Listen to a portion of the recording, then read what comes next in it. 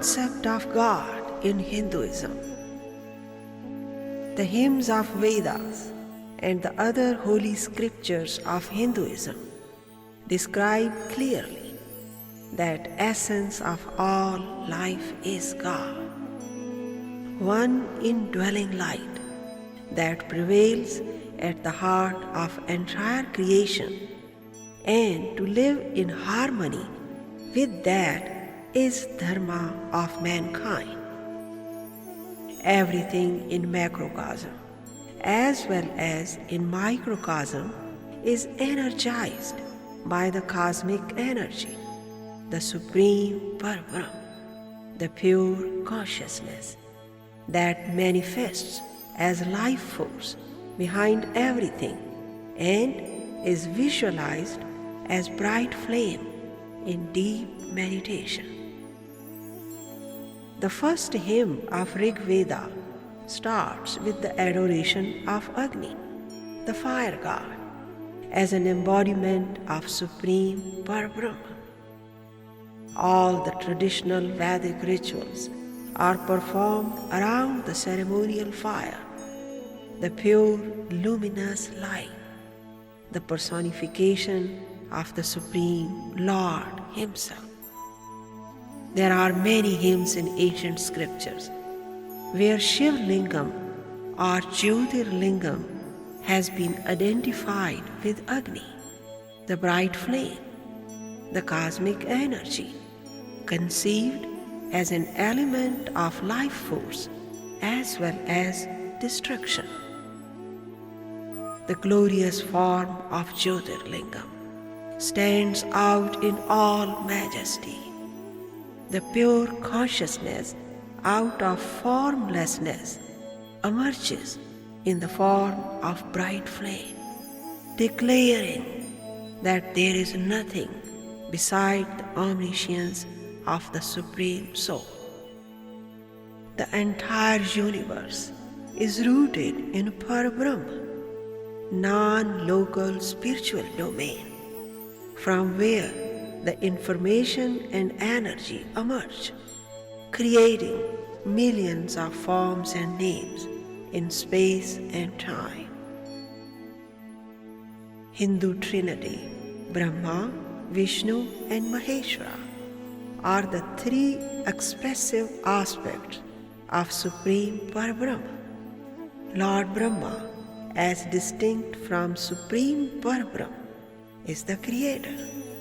Lord Vishnu, the sustainer, the great organizing intelligence. And Maheshwara, the annihilator. If we look closely at Hindu Trinity, we clearly see three identical faces of divine, power projections of pure consciousness. All the deities may appear to be independent. In fact, they are the different facets of the pure consciousness. Omniscience of the Supreme Parabrahmn is the only truth that prevails at the heart of entire creation. Vedic sages have declared jubilantly, Ekam Sadvipra Bahuda Vadanti. Truth is one. Sages and mystics call it by various names. Hindu gods and goddesses are the personification of the ultimate infinite supreme reality, answering and satisfying the devotees, those who seek help with prayers and meditation in order to stay aligned with the source and receive guidance to improve the quality of life. For example, worship of Lord Vishnu initiates people to live a life with the spirit of yajna, which conveys the ideal of mutual interdependence, continuity, and the survival of creation. Helping each other selflessly and living in peace and harmony with our own inner self with other people in society and with nature. The divine consort of Lord Vishnu is Shri Lakshmi, who guides people for making money by appropriate means and also making the appropriate use of money while keeping in mind the global welfare. The hymns recited during the worship literally means, "May the money float in hands of wise and virtuous, helpful in providing good education, well-equipped labs, libraries, proper medical care, hospitalization, and businesses conducive to the proper growth of society." Similarly, the worship of Lord Shiva, in which the water is offered on the topmost part of Shivlingam, creates a remarkable harmony at the physical, psychological, and spiritual levels of consciousness. While hands pour the water, the chanting of hymns guide the mind to remain absorbed in the bliss of divine love. Gradually, the devotee enters into ecstatic trance, and the inner alignment is perceived in meditative unity.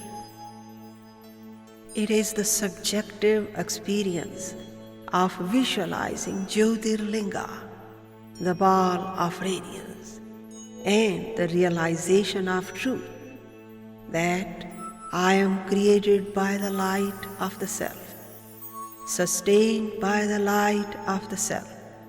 I am indeed that light of the self. Tvat-tvamasi, I am that. The blessed experience of being ageless, timeless, and immortal. In worship of Lord Ganesha, which forms an important part of almost all the Hindu rituals, the devotee seeks blessing for inner integrity, heightened intuition, clarity of vision, purity of mind and intellect.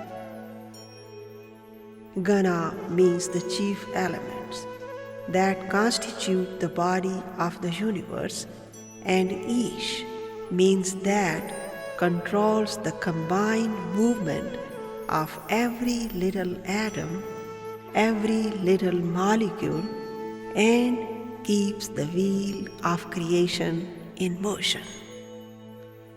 The large ears indicate the intelligent listening, and the trunk coming down from the forehead indicates the alignment of mind, body, and spirit between the eyebrows, the third eye, or the eye of intuition, Agni chakra, the command center. The icon of Shri Ganesha is a geometrical figure created to produce a profound and lasting spiritual experience, which liberates the individual from the lingering shadows of conditioned behavior and gradually aligns with the source. Goddess Saraswati, the divine consort of Brahma, is worshipped as the embodiment of knowledge, wisdom, purity, and serenity. The goddess Saraswati is also addressed as a Jnana Shakti, means the expressive aspect of divine potency that enriches our lives with knowledge of material world as well as the higher mysteries of soul. Mother Durga, the personification of the totality of the powers of Brahma, Vishnu and Maheshwara, is worshipped for annihilation of negative tendencies. The consort of Kala, the all-devouring time, is Kali, another aspect of divine potency of Supreme Parabrahmn. Mother Kali is worshipped for victory over time and the ability to live in the tissue of the present moment. The goddess Parvati, the divine consort of Shiva, is worshipped for alignment with Para Shakti, that is holding everything together and is reflected through everything. In worship of Mother Parvati, the individual is introduced to his inherent potentials and blessed with deep physiological rest, inner peace, and yogic unity in transcendence.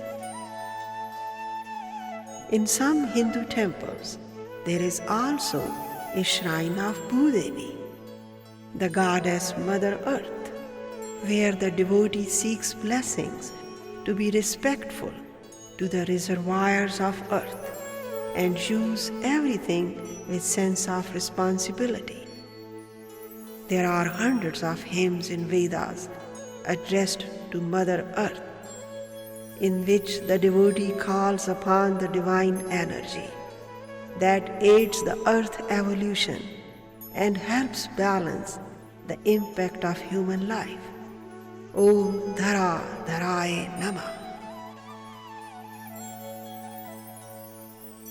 In ritualistic Hindu worship, the devotee offers flowers, leaves, water, and food with chanting of mantras from the holy scriptures, which really creates remarkable unity of mind, body, and spirit. The food offered to God with prayer is purified because of the positive energy created during the worship. It's called prasad and is meant to be shared so that everyone is blessed with purity of thoughts, words, and deeds. All the Hindu gods and goddesses are the personification of a certain type of energy enclosed in the word, which is repeated in prayers while addressing the deity with purity of mind. In prayers and meditative unity with the deity, the aspirant is introduced to his own inherent potential and guided to make the best use while keeping in mind the global welfare. The shrines become very powerful because of the constant repetition of deity mantra recited millions of times in prayer. The moment we enter the holy shrine, we feel engulfed with collective spiritual energy at the holy sanctuary.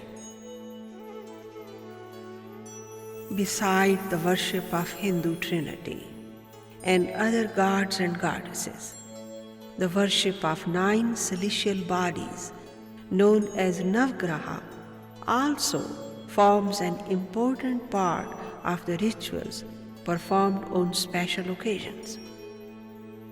In most of the Hindu temples, there is generally a shrine of 9 celestial bodies known as Navgraha Mandala, where people seek alignment with the cosmic body with special hymns describing the connection of energies between the human body and the celestial body. For example, the 9 parts of DNA have their counterparts in the 9 heavenly bodies. DNA revolves around hydrogen bonds, which corresponds to sun god, the giver of life on planet. Phosphate corresponds to moon, cytosine to Mars, sugar to Mercury, guanine to Jupiter, thymine to Venus, adenine to Saturn, and the enzymes within the DNA to Rahu and Ketu. although it is very difficult to trace back. When the idol worship was introduced in the ritualistic worship of Hindu families, but it became very popular and enjoyable in due course of time. The reason, because human mind in general needs some kind of expression of the omniscient, inexplicable as Ishta Deva, our chosen deity, in order to concentrate and develop the intimate personal bond with God. In order to experience the absolute truth, which is beyond the reach of sensory perceptions, either the person has to transcend above the finite to experience the infinite, or to bring the infinite to the level of finite perception in some form or shape. There have been always two types of devotees: worshipping God with form and shape, or without form and attributes. But they all know they are pursuing the same goal: alignment or anchorage with the source. Lord Krishna has made it very clear in Bhagavad Gita, chapter 12, that in course of spiritual progress, from Saguna to Nirguna means God with form and without form. An inspired devotee is definitely blessed with personal experience of Holy Communion. In this reference, there is a very interesting story in our Puranas. Once Lord Rama, the God incarnate, asked his great devotee Hanuman, "O son, tell me what type of relationship you hold for me. How do you worship? How do you meditate?" Shri Hanuman replied, "O Rama, sometime I look upon you as Purna, means undivided one. The other moment I feel you are divided, reflecting through everything and everybody. And I look upon myself as a fragment of you. Yet another time, in spiritual intimacy, I feel you are my best friend, my divine master, and I am here to serve you. When, however, I am blessed with inner unity in deep meditation, I feel I am thou, and thou art I. Tvat-tvamasi.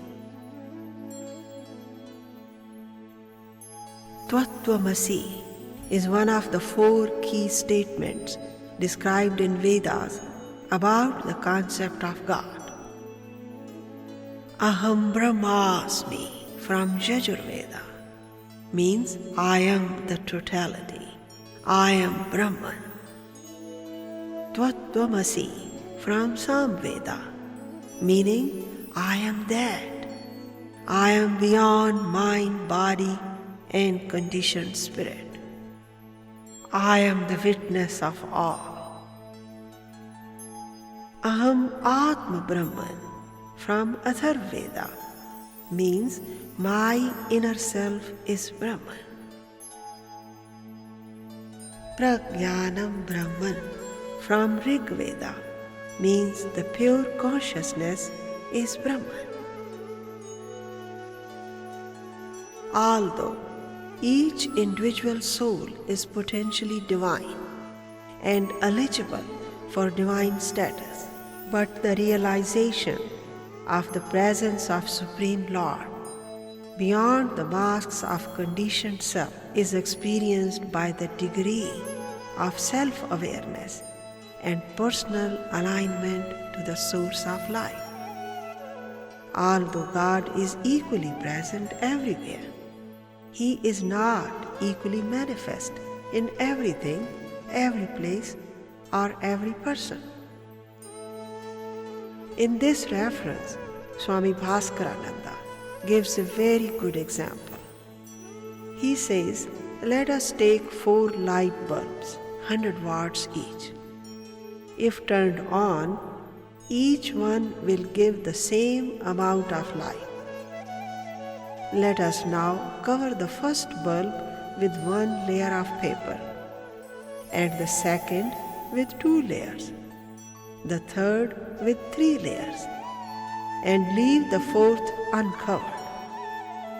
When we turn the bulbs on, they will not give the same amount of light, and yet it can't be denied that the same amount of light is present in each one of them. Similarly, God is equally present everywhere, but not equally manifest. His manifestation is the greatest in God incarnates, at the holy shrines, and next in spiritually illumined souls. Vedic literature asserts the inherently divine nature of man and provides means and methods to manifest this divinity. The individualized soul, or Jivatma, is eternally a part of the cosmic soul, Paramatma. The experience of alienation occurs because of the masks of the conditioned self.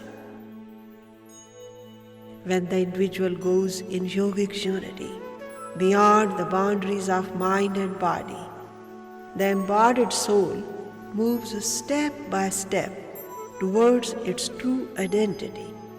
From Jivatma, means conditioned soul, to Mahatma, means the pure individual soul, and eventually to Paramatma, the God incarnate, or Bhagwan, means the one who is perennially aligned with the Supreme Parabrahmn, the cosmic soul. It is the experience of gradually being restored to the wholeness of the Supreme Soul and freedom from the masks of conditioned self, free at last. It is being awakened to one's own completeness. Aham Brahmasmi. I am Brahman. I am the totality. The state of infinite bliss, mukti, moksha, or nirvana. Taittiriya Upanishad explains this beautifully. Bliss is Brahman. All the beings are born from bliss, sustained by the bliss, and into the bliss they enter again. There is also another mantra in Veda that explains the similar concept.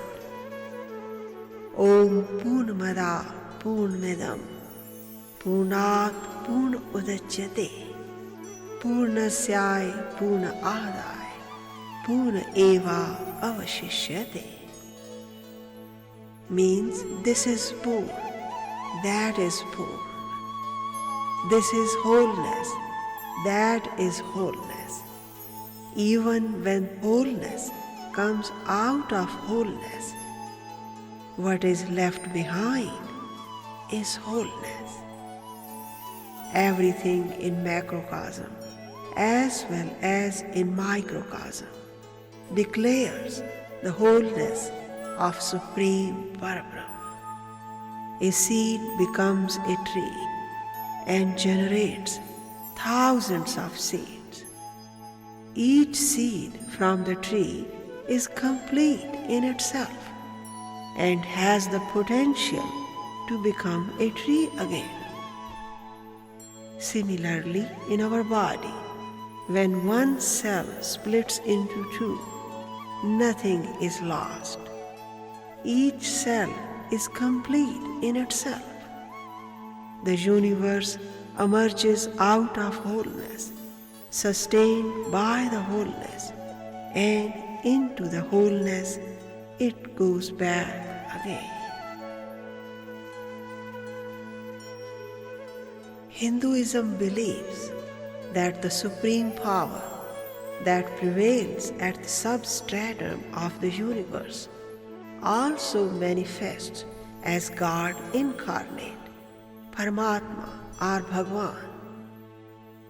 God incarnate, although appears to be an ordinary human being, he remains rooted in transcendental self. His body is the cosmic body, and his mind is the cosmic mind. The Supreme Soul incarnates to make people realize that each and every human being is an eligible candidate for the divine status. He guides people by the example of his own personal life.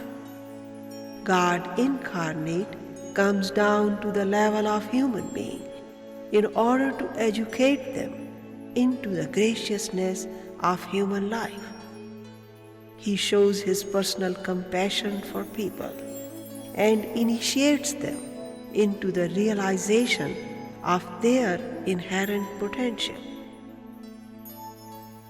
As we notice in Bhagavad Gita, the God incarnate, Lord Krishna, enlightens Arjuna about his inherent divinity and educates him about the secret of living in the consciousness of the soul.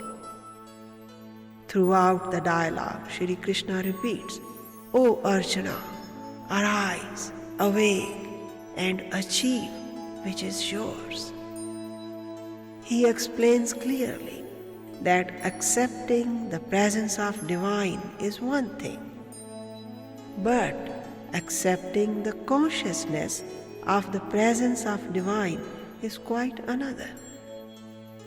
Living in the awareness of divine creates anchorage with the higher self and helps to peel off the masks of conditioned behavior. That's why he repeats again and again, "O Arjuna, be a yogi. Stay aligned with the source to achieve the very best in human life." He also tells Arjuna, although the supreme consciousness, the essence of life, resides in each and every molecule of the body, but can be intimated and experienced only at the shrine of heart. Contemplation at the heart center has been highly recommended in almost all the religious traditions of the world. It is at the shrine of heart where love for God is awakened and the presence of the divine is personally experienced. There are some beautiful lines from Gitanjali by Rabindranath Tagore. The most distant course comes nearest to thyself, and that training is the most intricate, which leads to the utter simplicity of a tune. The traveler has to knock at every alien door to come to his own, and one has to wander through all the outer worlds to reach the innermost shrine at the end. My eyes strayed far and wide before I shut them and said, "Here art thou." The question and the cry, "Oh, where?" melt into tears of 1,000 streams and deluge the word with the flood of the assurance, "I am."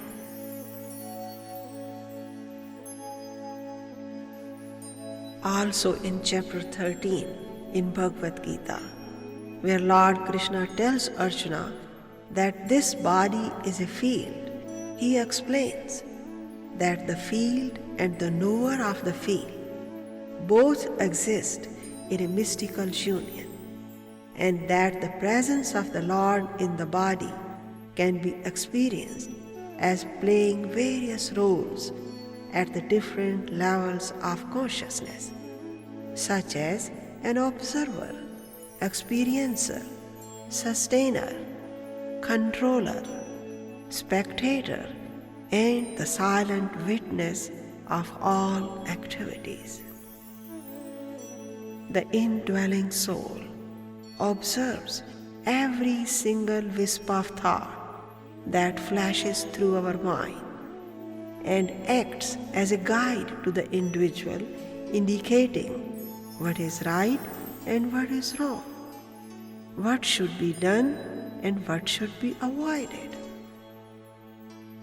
The indwelling soul helps in making decisions that are in peace and harmony with others.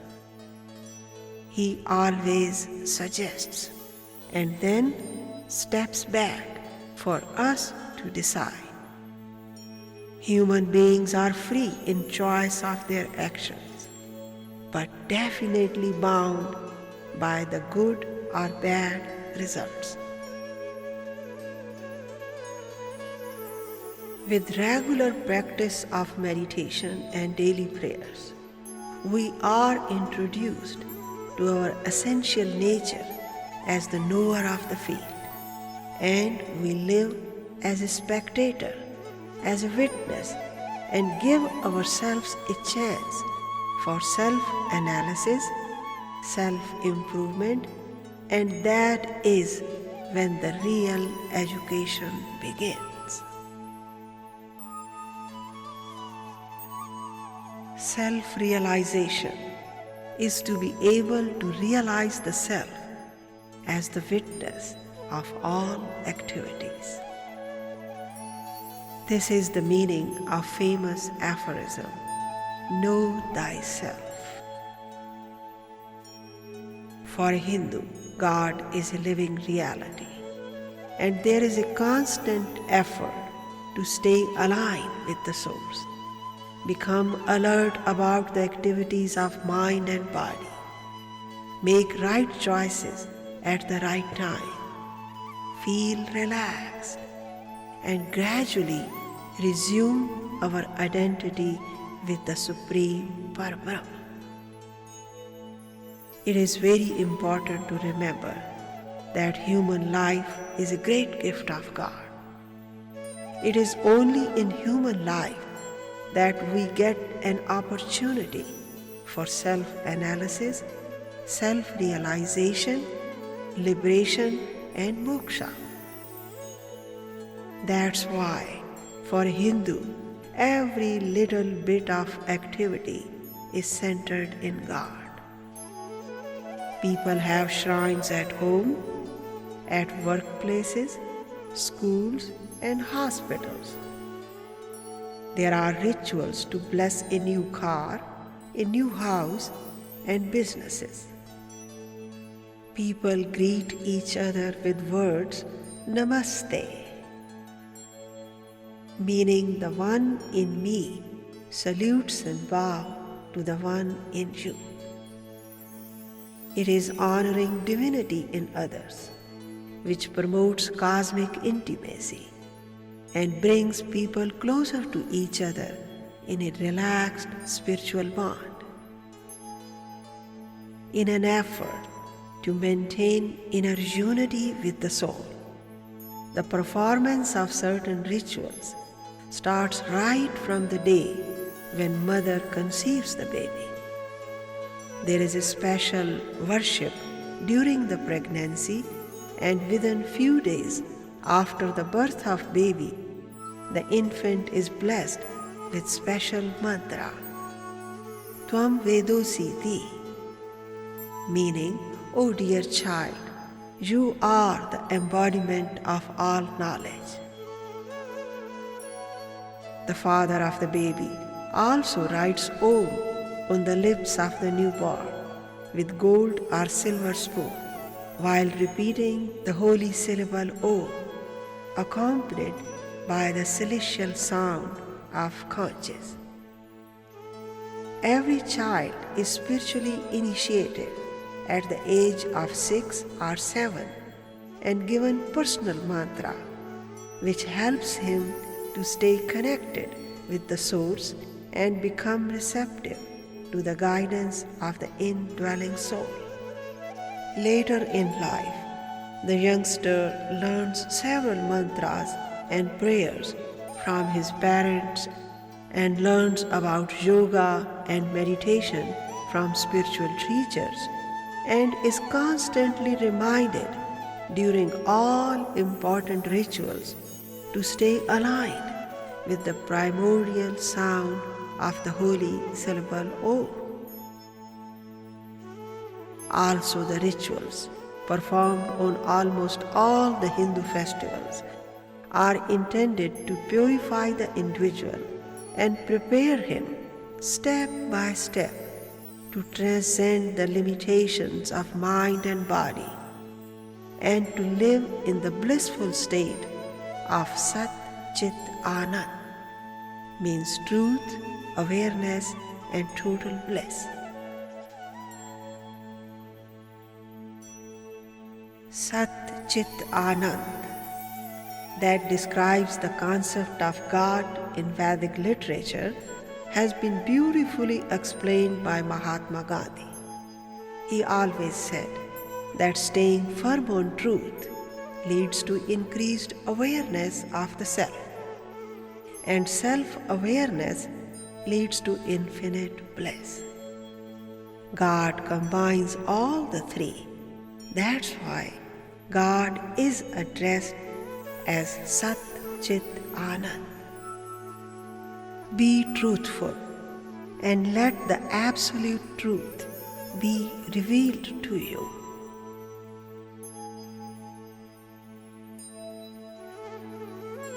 There are some powerful religious symbols used in Hindu rituals and meditation. These symbols present the totality of the Supreme Soul and also the path leading to the alignment with the indwelling soul, gods and goddesses, and the cosmic bodies.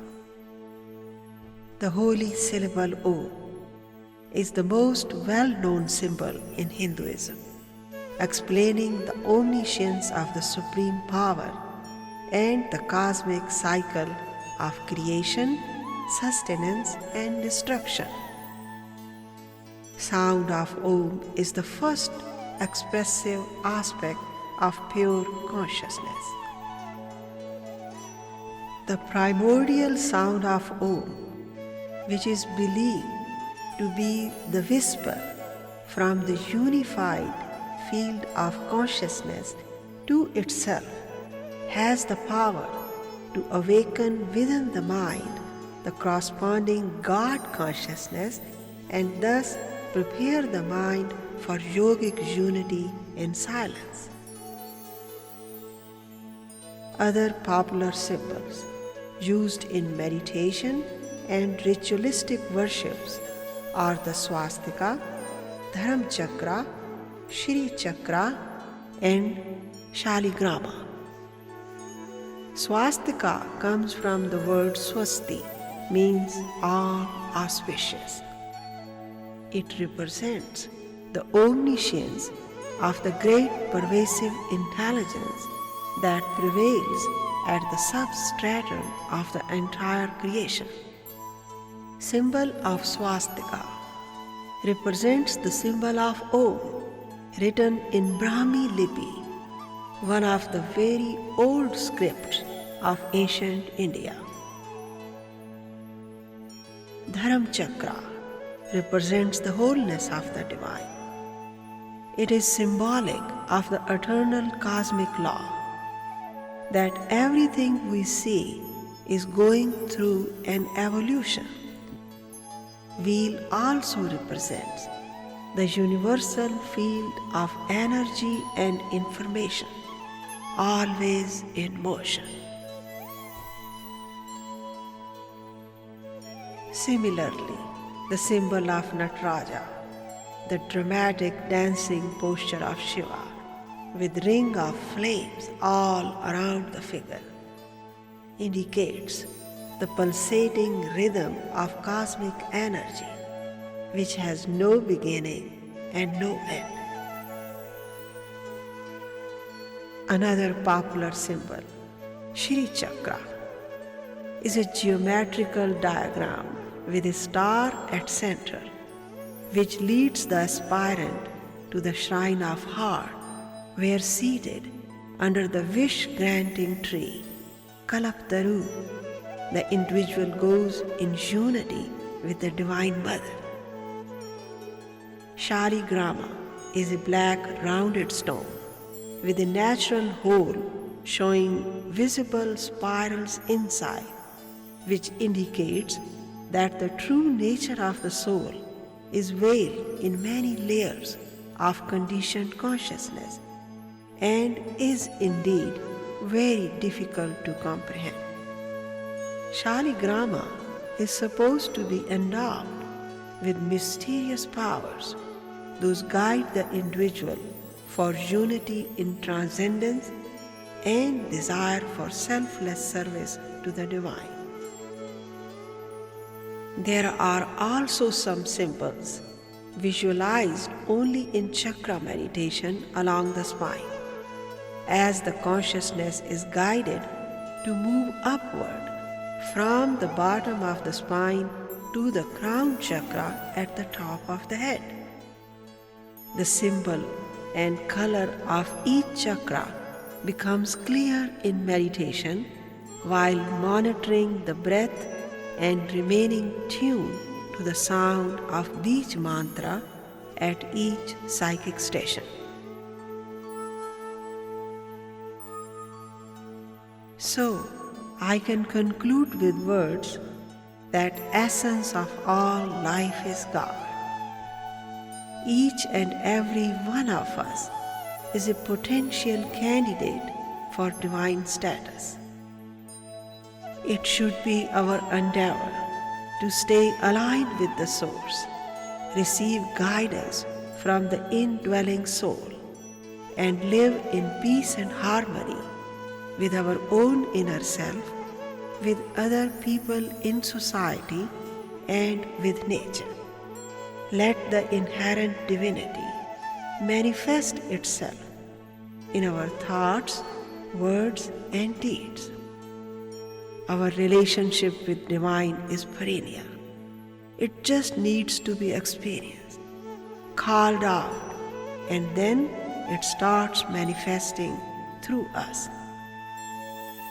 Again, some beautiful lines from Gitanjali by Rabindranath Tagore. Through birth and death, in this world or in others, wherever thou leadest me, it's thou, the same, the one companion of my endless life, whoever linkest my heart with the bonds of joy to the unfamiliar. When one knows thee, then alien there is none, then no door is shut. Oh, grant me my prayer, that I may never lose the bliss of thy touch, of the one in the play of many.